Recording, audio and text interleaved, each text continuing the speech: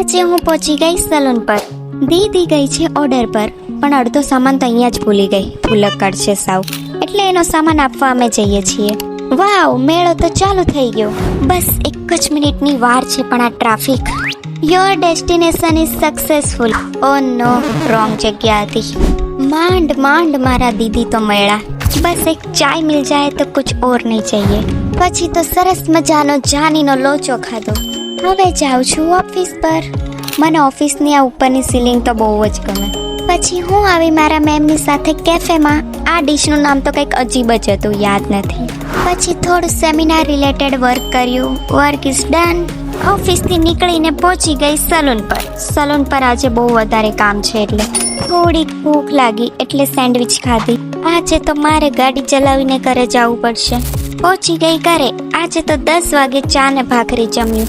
પછી થોડું એડિટિંગનું કામ કર્યું. આજે તો બહુ જ કામ કર્યું. આજનો મારો બ્લોગ કેવો લાગ્યો જરૂરથી કમેન્ટ કરજો. જય શ્રી કૃષ્ણ. રાધે રાધે.